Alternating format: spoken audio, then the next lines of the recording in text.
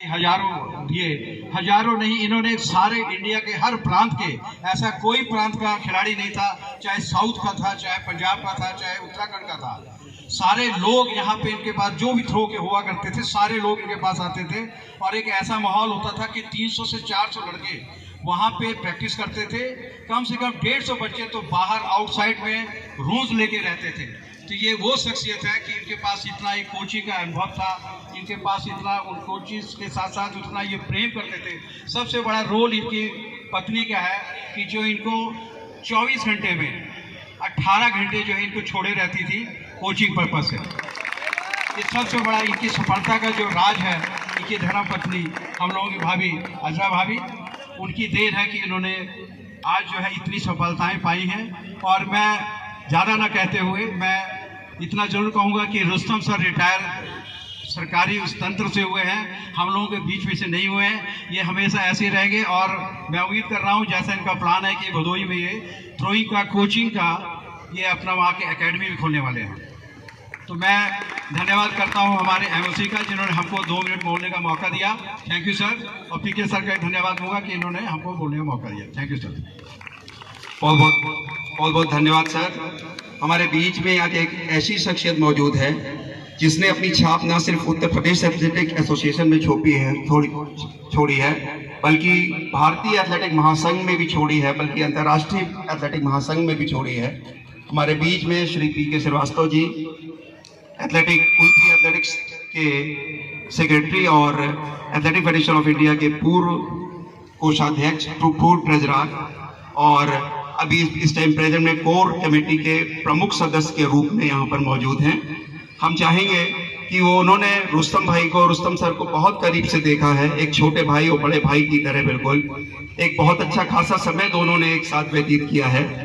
तो हम चाहेंगे, जैसे कि रुस्तम सर ने, आपको मालूम है, बहुत सारे अंतर्राष्ट्रीय खिलाड़ियों को तराशा है, सर ने वैसे ही अंतर्राष्ट्रीय अपने यूपी के खिलाड़ियों को एक अंतर्राष्ट्रीय मंच प्रदान किया है।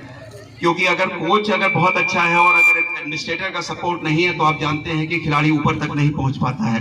तो इसी कड़ी में हम चाहेंगे कि श्री पीके श्रीवास्तव जी श्री रुस्तम सर जी के लिए 2 शब्द बोलें। परम आदरणीय RS यादव जी, श्री लक्ष्मीकांत शुक्ला जी, UPA के ऑफिस बियरर्स, मेरे प्यारे एथलीट्स भाइयों और बहनों, बहुत मुश्किल है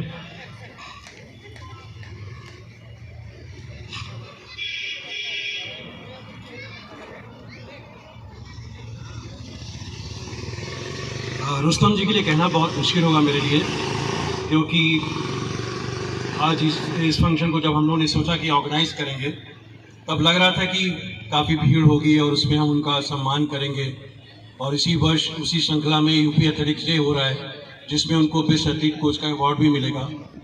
लेकिन आज मैंने एक बात विशेष आप लोगों से शेयर करने के लिए मौका ढूंढा कि शायद ये मेरा आखिरी मौका होगा किसी पब्लिक एड्रेस करने के लिए एथलीट्स भाइयों और बहनों के बीच में, क्योंकि अब मैं थोड़ी उम्र भी हो गई है और सरकारी नियमों के अनुसार अब मैं शायद आपके सामने इस तरह माइक लेकर के नहीं बोल पाऊंगा। तो ये मेरा सौभाग्य है कि मैं आखिरी फंक्शन में जब बोलने के लिए आया हूँ, तो एक ऐसे अजीज़ आदमी के लिए बोलने आया हूँ जो कि सबसे मेरे लिए एथलेटिक्स में जान से प्यारा था। रुस्तम जी के बारे में जो इनका करियर रहा है, जो इनके अचीवमेंट्स रही हैं, जो इनकी कंट्रीब्यूशन गवर्नमेंट और प्राइवेट एथलीट्स को रही हैं, उसके बारे में तो शायद हम लोग लिखेंगे तो एक बहुत लंबी किताब बन जाएगी। लेकिन जो मेरे एक 2 विशेष अनुभव हैं जिनके लिए मैं आपके बीच में आपसे शेयर करना चाहूँगा, और उसका शेयर करने का मुख्य कारण ये है कि आप एथलीट हैं और आपको जीवन में बहुत कुछ करना है और सीखने की कोई उम्र नहीं होती। आज भी मैं सीख रहा हूँ, ये मुझसे बहुत छोटे थे लेकिन फिर भी मैंने इनसे बहुत कुछ सीखा है।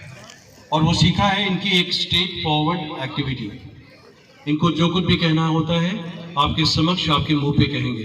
मैंने कई बार रियलाइज़ किया कि हमने कुछ सुझाव रखा, अगर इनको पसंद नहीं आया तो उन्होंने तुरंत उसको निगेट किया और कहा कि आप इसको चेंज करिए। और आप सत्य मानिए कि जब भी उन्होंने कोई सुझाव दिया और मैंने चेंज किया तो उसमें हमेशा हमको सफलता मिली। एक भी ऐसा मौका नहीं आया जब इन्होंने कोई हमारी किसी भी सजेशन को चेंज किया और उसमें हमको फेलियर हुआ। ये शायद मेरा सौभाग्य था रुस्तम जी कि आप जैसे कोच के साथ मुझको सेक्रेटरी होने का सौभाग्य मिला, हम दोनों लोग साथ ही शायद रिटायर हो रहे हैं। मैं तो एक्टिव एथलेटिक्स से रिटायर हो रहा हूँ बिकॉज 70 ईयर्स का हो गया हूँ और गवर्नमेंट के रूल के हिसाब से अब नहीं रह पाऊँगा। कोई नए सेक्रेटरी आएंगे, लेकिन आपसे अनुरोध है कि आपने सरकारी नौकरी ज़रूर छोड़ रहे हैं, लेकिन हमारे जो एथलीट, यंग एथलीट्स और मेरे एथलीट्स भाई बहन बनेंगे, उनको थ्रोइंग का अपना एक्सपीरियंस ज़रूर शेयर करिएगा।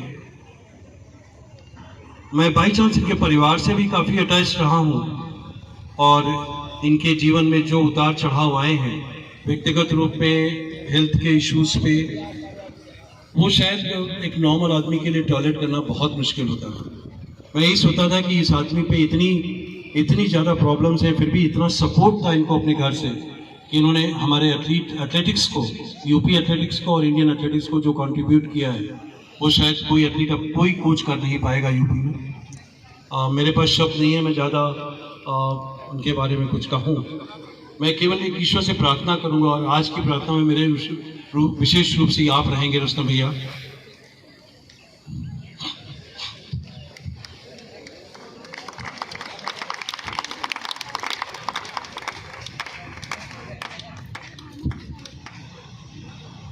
रुस्तम भैया परिवार सहित हमेशा स्वस्थ रहें, सुखी रहें और जहां भी रहें बस हम लोगों को याद रखिएगा। ये मेरा अनुरोध है।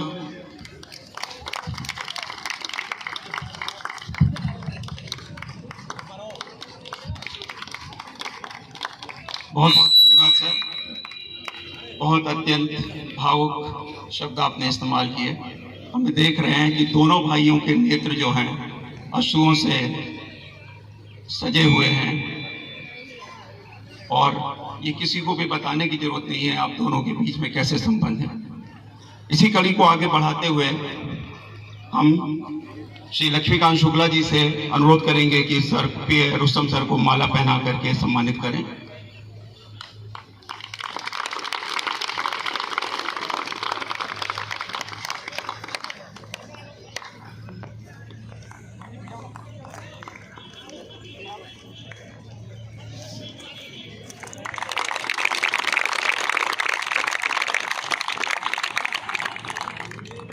हमारे बीच में बनारस एथलेटिक एसोसिएशन के सचिव और अंतर्राष्ट्रीय खिलाड़ी श्री रमेश भैया जी भी रमेश यादव जी मौजूद हैं। वो सर को माला पहनाएं।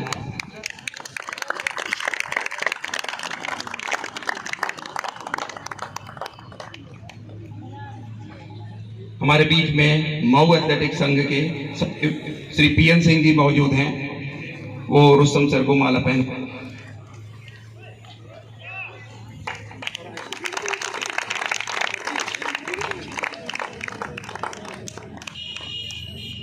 थोड़ा सा कोरम में उलटफेर हो गया, लेकिन हमारे बीच में अध्यक्ष जी भी मौजूद हैं Shri R S Yadav ji, Varanasi athletic association के अध्यक्ष, और रुस्तम सर को माला पहना करके सम्मानित करें।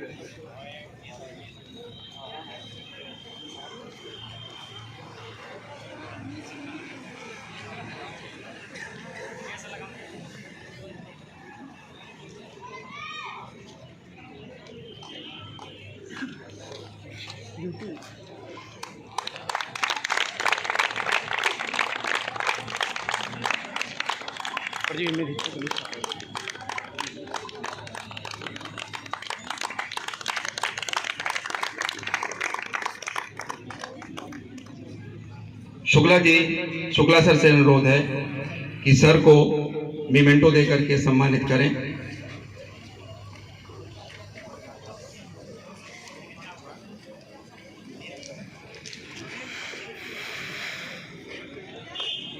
एस के यादव सर से भी अनुरोध है कि उस सर के साथ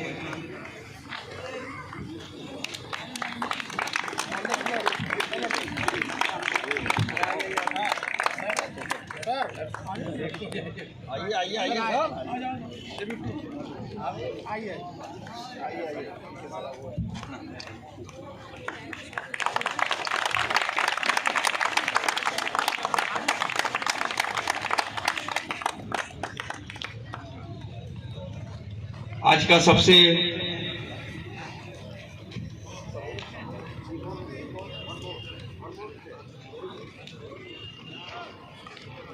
आज का सबसे बहुमूल्य सम्मान जो सर को उनके शिष्य देंगे, उसी कड़ी में अनुरोध करते हैं तान्या से, रूपल से, मीनू साहू से और सुमित से कि ये बच्चे जो हैं, जो एथलीट्स हैं, वो सर को मेमंडो दे करके सम्मानित करें। तान्या रूपल कहाँ है? तान्या रूपल,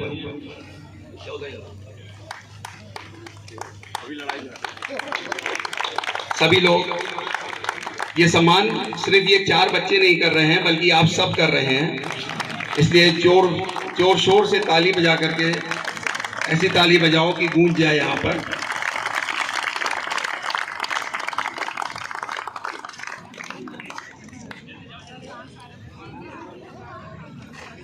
हम अनुरोध करते हैं रुस्तम सर से, रुस्तम भाई साहब से, कि वो 2 शब्द कह करके हम लोगों को अनुग्रहित करें।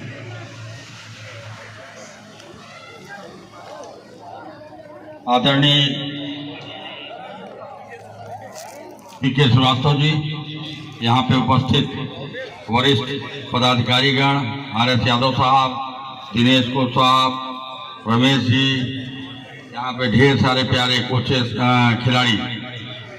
सही बात तो ये है कि नाम जरूर हमारा हुआ करता था कि यहाँ कोच साहब कितने लड़के, कोच साहब कितने लड़के। वास्तविकता जो है वो बता रहा हूँ, और वह आप लोग भी समझें इस चीज़ को। बाप माँ पैदा करते हैं, आपसे अपेक्षा रखते हैं, आप वहाँ पहुँच के कोच के पास कोई वर्क करते हैं, कभी काम चोरी करते हैं, कभी दिमाग लगा देते हैं पापा गड़बड़ है कोच, और जब सही बात है खुद ही गड़बड़ करते हैं, काम चोरी शुरू हो जाती है। तो वही चीज़ मैंने नहीं होने दिया। लगातार जो गलत था तो था, फादर से भी कहना हुआ या किसी से कहना हुआ, मैं बोल देता था। और यह अचीवमेंट खिलाड़ी की स्वयं की सोच होती है। हम लोग मदद उसमें तब कर पाते हैं जब उसके अंदर इच्छा शक्ति हो कि हाँ वह खिलाड़ी बनना चाह रहा है। तो हमारे पास जो खिलाड़ी बने उनके अंदर प्रबल इच्छा शक्ति थी, इसलिए वो बन पाए। आज अगर हमें इलाहाबाद प्लेटफॉर्म न मिलता, विभाग का आभारी हूँ, उसने इलाहाबाद प्लेटफॉर्म हमको दिया, जिससे हम वहाँ पे काम करने का अवसर मिला। एसोसिएशन का पूरा सहयोग रहता था, इतने इक्विपमेंट लगते थे कि पूछिए मत।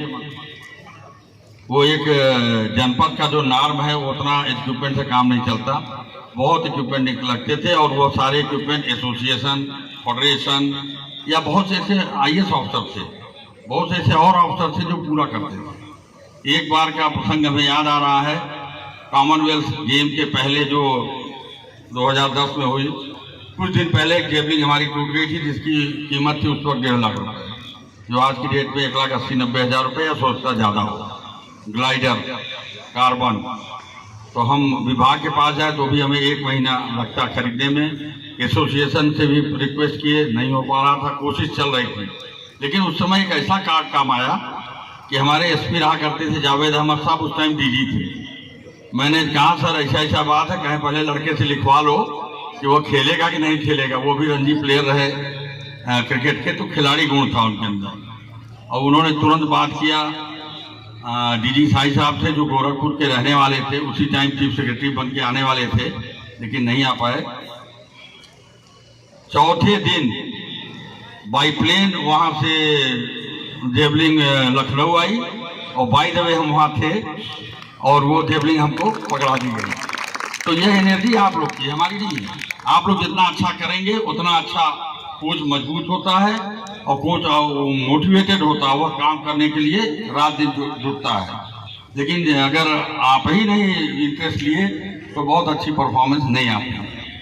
हमको इस बात का बड़ा फक्र है कि हाँ, पूरा हमने समेट के, हमारे खिलाड़ियों ने पूरी मेहनत की लगन से, और इतना अचीवमेंट अपने ले आया उत्तर प्रदेश में। और कोशिश ये किया जाए कि आगे आने वाले दिन में हम लोग और इससे ज़्यादा मेहनत करें, और वो परफॉर्मेंस और लेवल उसका हाई करें, ताकि हमको प्रदेश का नाम और देश का नाम ऊंचा हो सके।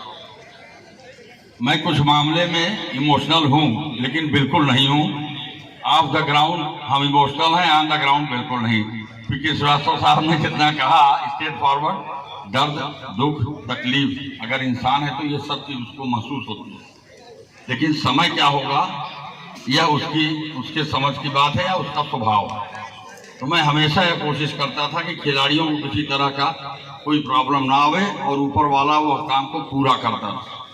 एक चीज जिंदगी में मैंने सीखा और वह मैं आपसे भी अपेक्षा करूंगा कि आप भी उसका पालन करें। हमेशा यह मत सोचें कि पैसा नहीं है तो यह काम नहीं है। आप अपने टारगेट को फिक्स करिए और रात दिन उस पर चिंतन करिए कि मुझको तो ये पाना है और काम शुरू हो जाइए। वो दिन दूर नहीं होगा आपके पास कि वो रिजल्ट आपके पास ना हो। यही नीरज चोपड़ा पहला टूर मेरे साथ था जोनीतस का, वहां पे लौट के आए वर्ल्ड यूथ से और जूनियर यूथ एशिया के लिए सिलेक्शन नहीं हुआ। 10 लोग उन्होंने वहां पे पॉलिटिक्स की उसके साथ ताकि वो कुछ बोले। तो वो एक ही चीज बोलता था कि ना जी मैं तो ऐसा बन के दिखाऊंगा कि हर टीम मुझे ले जाएगी। ये ट्रू है। और उसे लोग यूज करना चाह रहे थे कि उसका स्टेटमेंट लेके पेपर में दे दे ताकि फेडरेशन से यह पूछा जाए कि अगर आप वर्ल्ड यूथ में भेज सकते हैं तो यूथ एशिया में क्यों नहीं भेजते। लेकिन उसकी यह सोच थी जो यहाँ तक लाई। तो हम चाहते हैं कि यह काफी आपके अंदर भी होनी चाहिए। दूसरी एक चीज, जिस टाइम ओलंपिक का गोल्ड मेडल वो बच्चा जीत के आया तो बड़ी गर्व की बात थी, बहुत खुशी थी सबको। लेकिन उसमें भी कुछ ऐसे थे जिन्होंने कहा कि अरे वो तो परफॉर्मेंस बहुत अच्छी नहीं थे, भाग्य से उसे गोल्ड मिल गया। लेकिन उस बच्चे के हौसला देखो कि जितने पे वो गोल्ड जीता था उसे 3 मीटर परफॉर्मेंस और बढ़ा दिया, सबका मुंह बंद हो गया। तो आपके अंदर यह सोच होनी चाहिए, लड़ाई नहीं कर्म ऐसा होना चाहिए। खुद ही को कर बुलंद इतना खुदा बंदे से पूछे बता रहे तेरी रजा क्या है। इस सोच के अंदर रहिए, इस सोच में जीजिए, तब आप खिलाड़ी हैं। अगर मुझसे कोई गलती हुई हो तो मैं उसके लिए क्षमा मांगता हूँ। और पीके श्रीवास्तव सर से मैं अनुरोध करूंगा कि सर ये लड़ाई जिंदगी भर हम लोग को लड़ना है, तो लड़ना है तो लड़ेंगे। अगर कोई किसी का नाम न लिया हो और किसी के कभी कोई गलती हुई हो हमसे, तो उसके लिए हम सोचते हैं कि आप यहीं सब भूल जाएंगे। एक बार जोर से बोलेंगे, जिस लिए हम पैदा हुए हैं, जिस जमीन पर हम पैदा हुए हैं, अगर उसके लिए कुछ करने के लिए खून न खौला तो हम किस लिए हैं यहाँ पे। एक खिलाड़ी ऐसा है जब बाहर जाता है 50 कंट्री, 20 कंट्री, 30 कंट्री खेलते हैं, वहां पे जब आप गोल्ड जीतते हैं तो भारत का तिरंगा ऊपर जाता है। तो यह सोच होनी चाहिए आपको। जोर से बोलेंगे, भारत माता की, भारत माता की जय हिंद।